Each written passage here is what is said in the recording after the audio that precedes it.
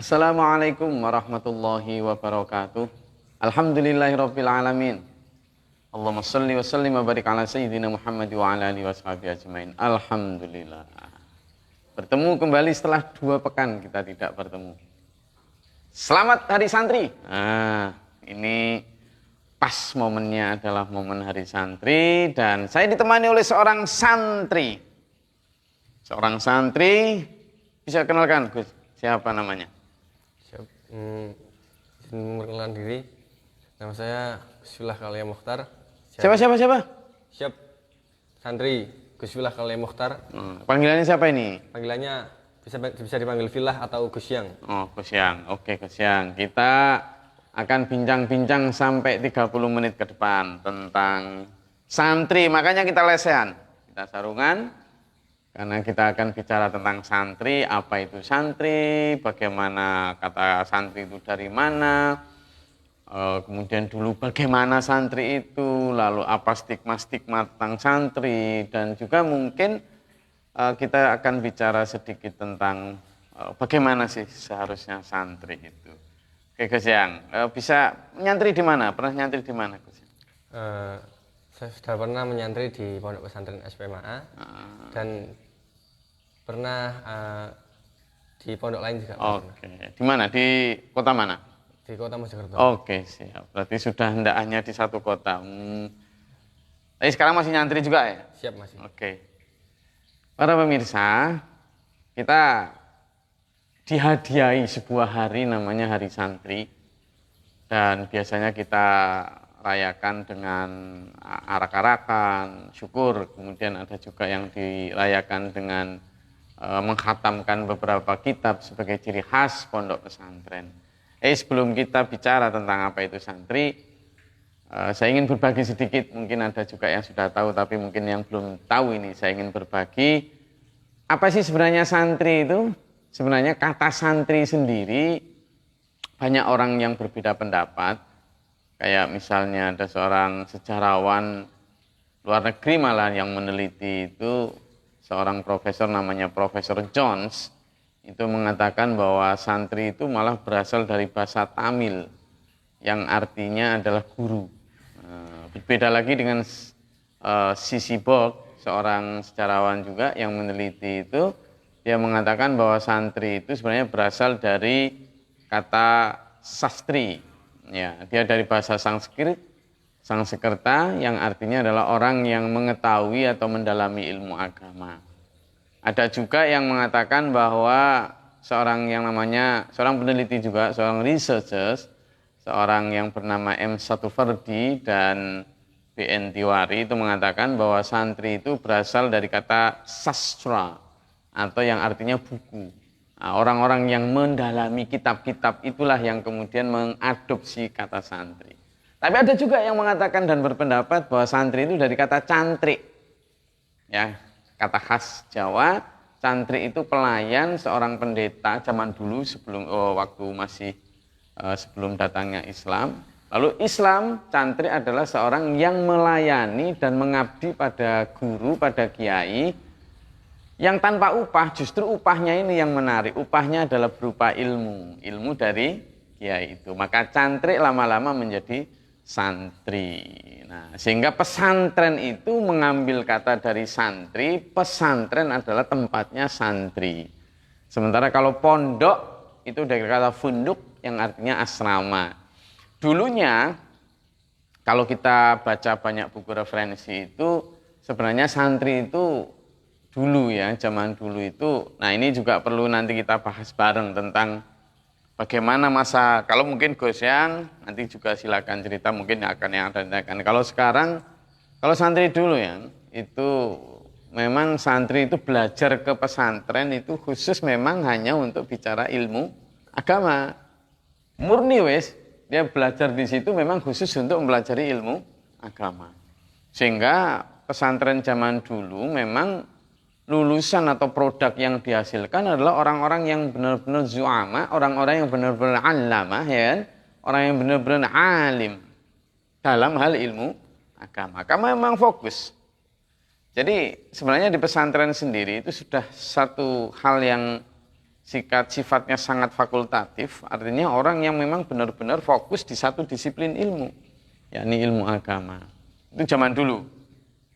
Yang kedua juga zaman dulu itu seluruh pondok itu tidak ada yang bayar, semuanya free of charge. Kenapa? Karena memang Pak Yai itu mata pencahariannya bukan dari santrinya, tetapi ya kadang punya sawah apa. Jadi dia mengajarkan ilmu itu benar-benar transfer of knowledge gitu.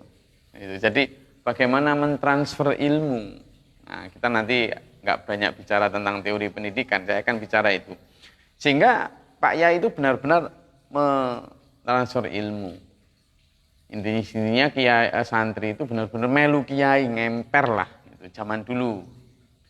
Lalu yang ketiga juga konsep karomah dan ngalap barokah itu ada zaman dulu. Jadi para santri itu benar-benar mendapatkan ilmu dari Pak Yai itu benar-benar tidak hanya sekedar ilmu yang diajarkan lisan di buku, tetapi ada konsep berkah di mana konsep ta'alimu ta'alim. Di sana ada itu hubungan proses belajar mengajar, kemudian proses interaksi antara kiai dan santri itu tidak hanya sekedar interaksi belajar mengajar, tetapi juga proses ada transfer berkah gitu. Nah, yang keempat juga zaman dulu memang para santri itu kebanyakan mandiri ya, masak dewe, nyuci dewe kayak gitu.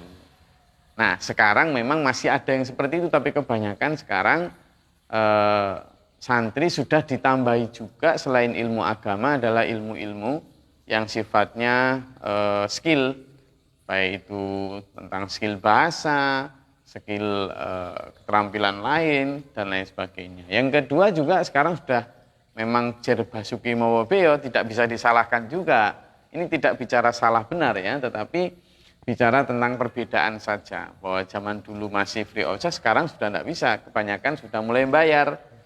Itu. Nah, meskipun ada sisi-sisi yang perlu dikritisi dari ada plusnya, ada minusnya. Kalau dulu masih ngemper di pinggir-pinggir rumah kiai gitu biasanya, sekarang sudah mulai berasrama. Yang ketiga juga ngalap berkah itu malah kalau sekarang kalau santrinya sudah puluhan ribu gitu malah kadang nggak kenal kiainya yang utama. Itu. Apakah plus minus itu saya tidak bicarakan itu. Nah, santri juga kalau zaman dulu masak dewe sekarang sudah mulai catering, laundry dan lain sebagainya. Itu sekilas Mas ya. Oke. Sebagai bahasan awal begitu. Nah, santri itu kalau menurut Gus yang gimana? Apa yang mau diketahui dari yang mau ditanyakan? Silakan. Sering Gus, saya sebagai santri itu sering sudah merasa ilmu dan akhirnya itu muncul merasa sombong.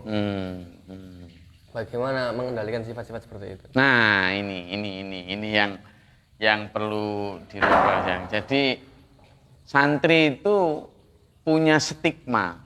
Stigma itu kayak cap yang buruk zaman dulu ya. Santri itu kan gini, sebelum kita bicara tentang merasa baik, merasa benar tadi. Santri itu kan dulu dikesankan 3K ya. 3K. Kumuh, kuper, kolot. Apa? Kuper. Coba. Kumuh, kuper, kolot. Nah, itu santri gitu. Jadi santri itu dibilang kayak kuper, nggak tahu mana-mana, kumuh, ya bajunya itu aja gitu, nggak fashionable gitu. Lalu dibilang kolot itu ya orangnya susah diajak sehingga itu.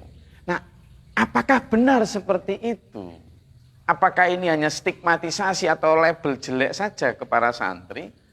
Atau memang benar adanya? Ternyata enggak. Jadi ini yang harus kita rubah.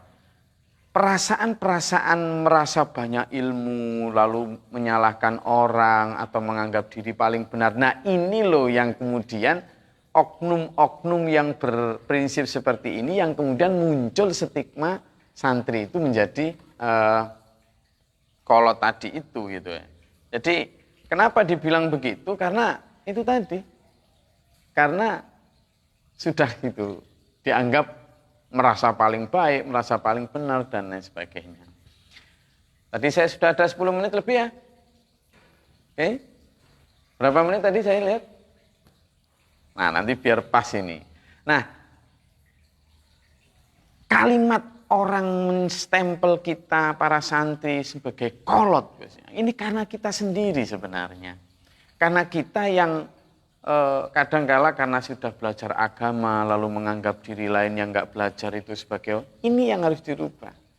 Justru kita belajar agama itu harusnya meluaskan pandangan kita bahwa melihat agama ini sebagai tools untuk menolong, bukan untuk kemudian menganggap diri paling baik lalu ngolokkan orang. Nah ini hal yang dirubah. Jadi menurut saya ini kita luaskan bahwa ilmu kita hanyalah salah satu dari ilmu Allah, bukan satu-satunya. Karena ilmu Allah luas. Gitu. Kita mungkin perlu juga belajar dari Albert Einstein. Kita mungkin perlu belajar juga dari ilmu-ilmu yang lain. Ada sosiologi, ada antropologi, ada matematik, ada fisika. Penting itu juga. Gitu.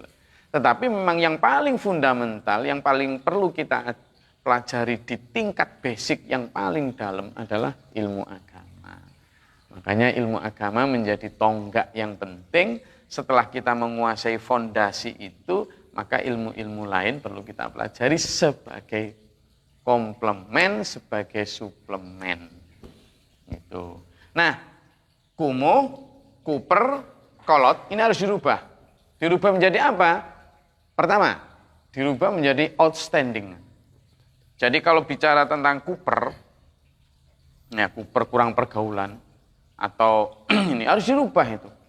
Pertama, kita harus berpikir tentang bahwa santri itu harus outstanding. Apa?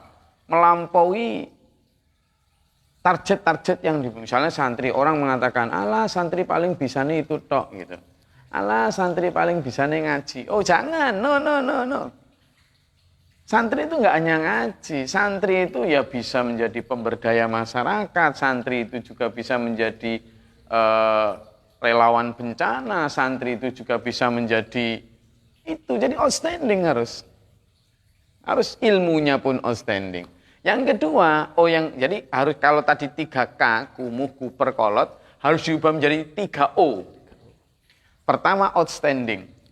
Nah, jadi outstanding itu melampaui ekspektasi atau melampaui harapan. Jadi kalau orang mencap cuma segini, oh ternyata kita melampaui. Baik dari sisi ilmu, karya, peran, dan sebagainya. Yang kedua adalah open-minded. Nah, ini open-minded. Yang kedua adalah open-minded. Yang dimaksud open-minded itu adalah pikiran yang terbuka. Bukan pikiran yang kolot. Pikiran yang benar-benar out of, yang ketiga nanti. Open-minded itu mau membuka diri terhadap masukan, terhadap perbedaan. Terhadap, kita sangat menghargai perbedaan. Maka dari open-minded ini muncullah kita itu sebagai apa? Sebagai orang yang rahmatan lil alamin. Betul. Kita sebagai manusia yang bisa membumikan toleransi. Itu.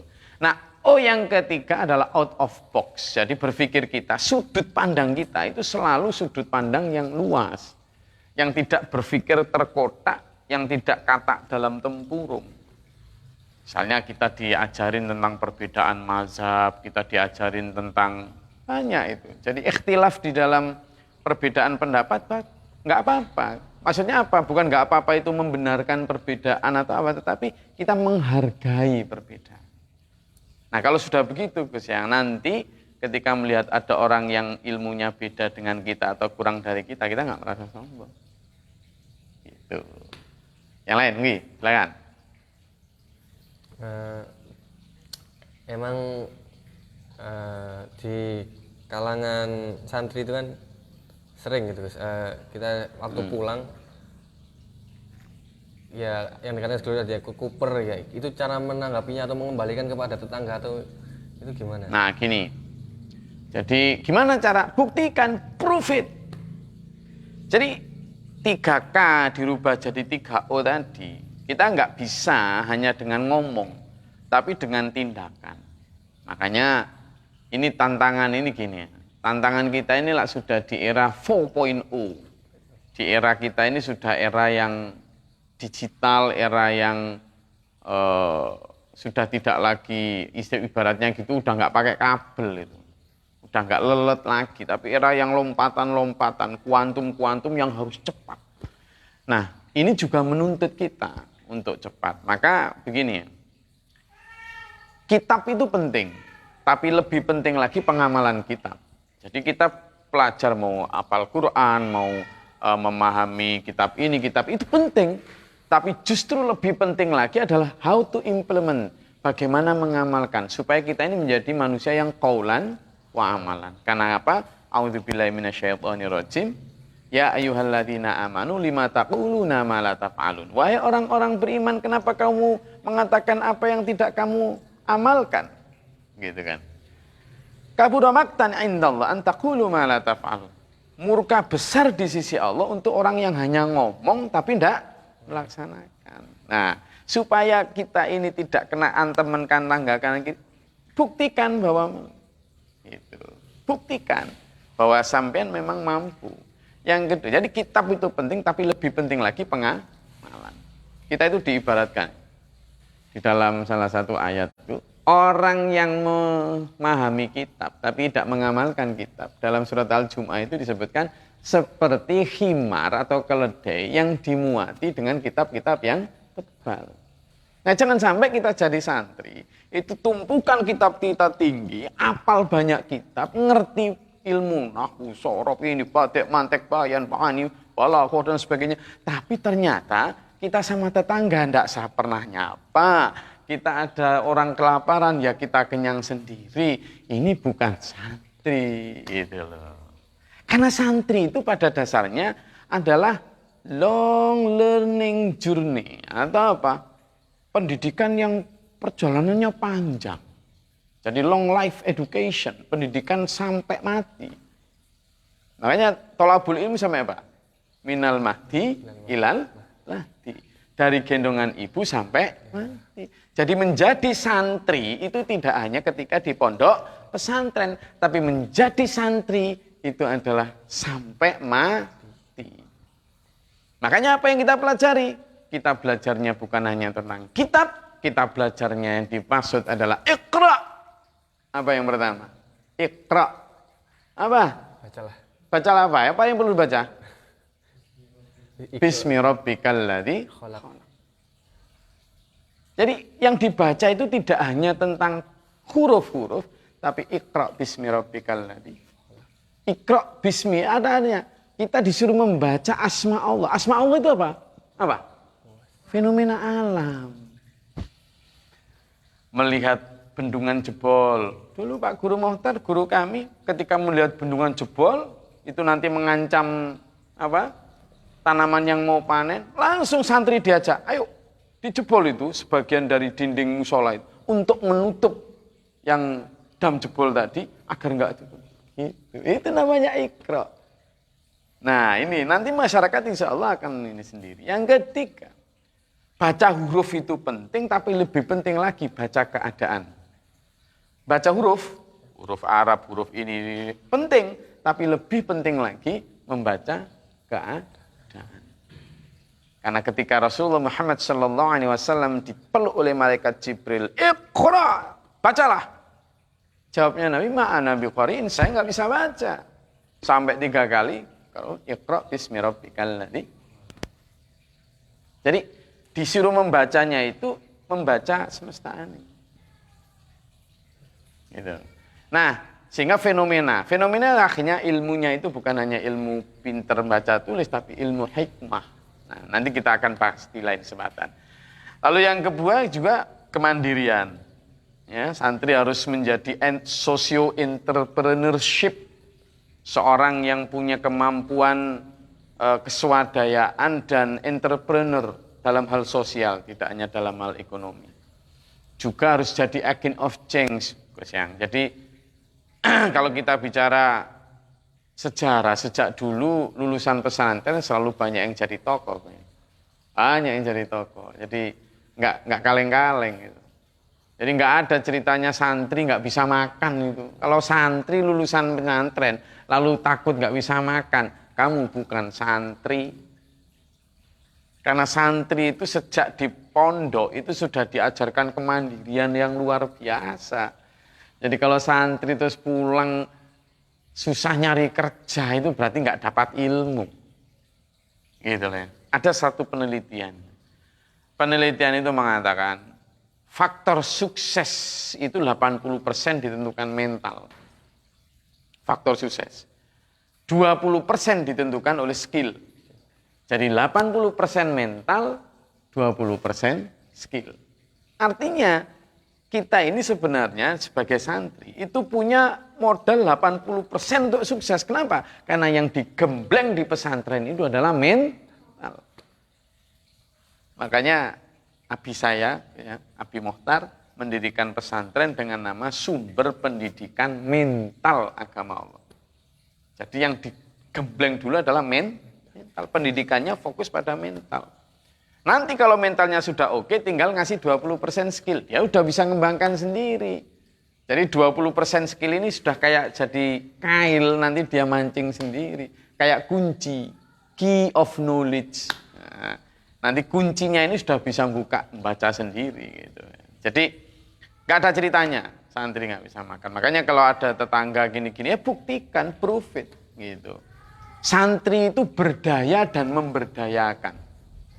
Santri itu berdaya, jadi dia mandiri. Jadi mindset santri itu jangan dididik sumber daya, sumber dana, tapi sumber daya. Paham? Jadi bukan sumber dana, tapi sumber daya. Sumber daya itu bisa network atau jaringan, bisa hal-hal yang sifatnya inovatif, macam-macam. Gitu. Nah, itu ya.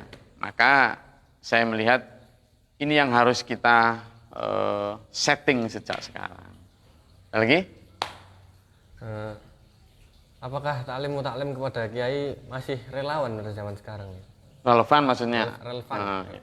Jadi kalau kita bicara tentang ta'lim, adab sopan santun, masih relevan. Apalagi untuk menjawab ketidak sinkronan atau ada apa ya, maksudnya sekarang ini kan orang sangat rindu akan bagaimana ada adab yang ditegakkan.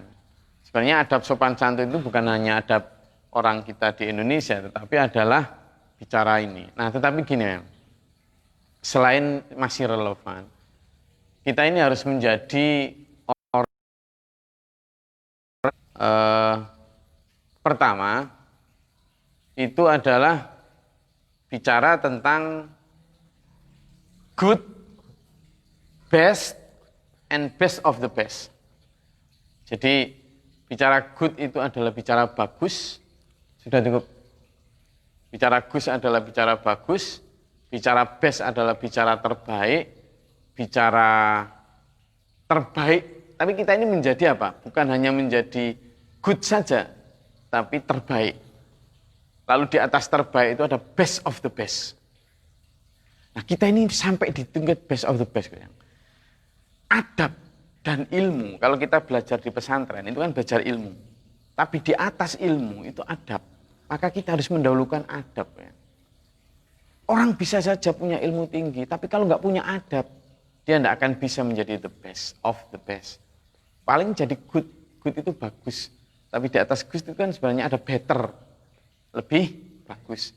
Lalu di atas better ada best, terbagus.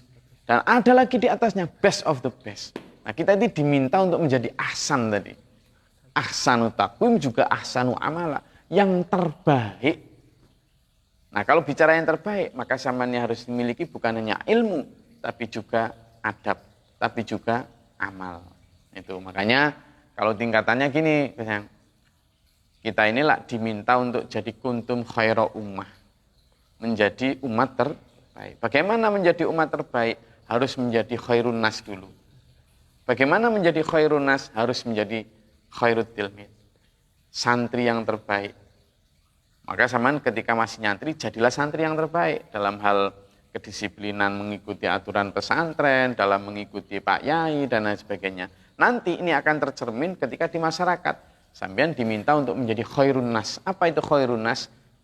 Manusia terbaik. Dan ingat, ciri manusia terbaik itu bukan yang paling pinter bacaannya, bukan yang karena hafal Qur'annya, kitabnya, bukan hanya itu. Itu penting, tapi bukan itu yang jadi core.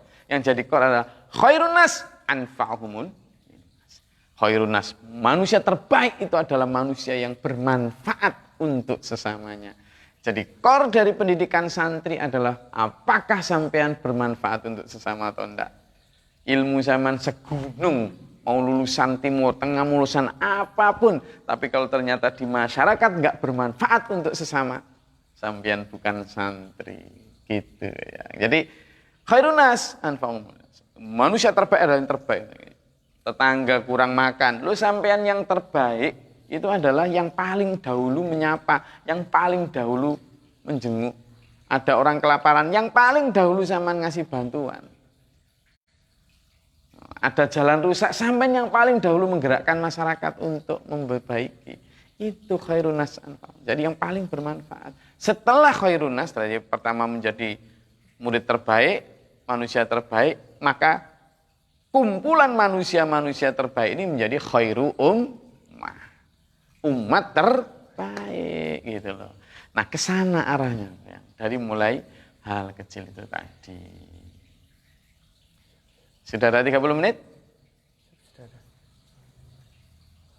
Hah? Oke, masih ada 5 menit ya. Apa lagi kira-kira? Unek-unek yang mau disampaikan. Apa? Tak apa-apa, sampaikan. Jadi atau dari penonton apa? Silakan.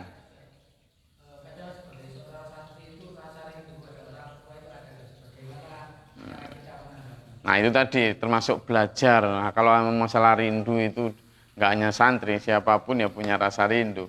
Justru di situ kita belajar kemandirian, mengelola emosi dan lain sebagainya. Ada lagi? Ya.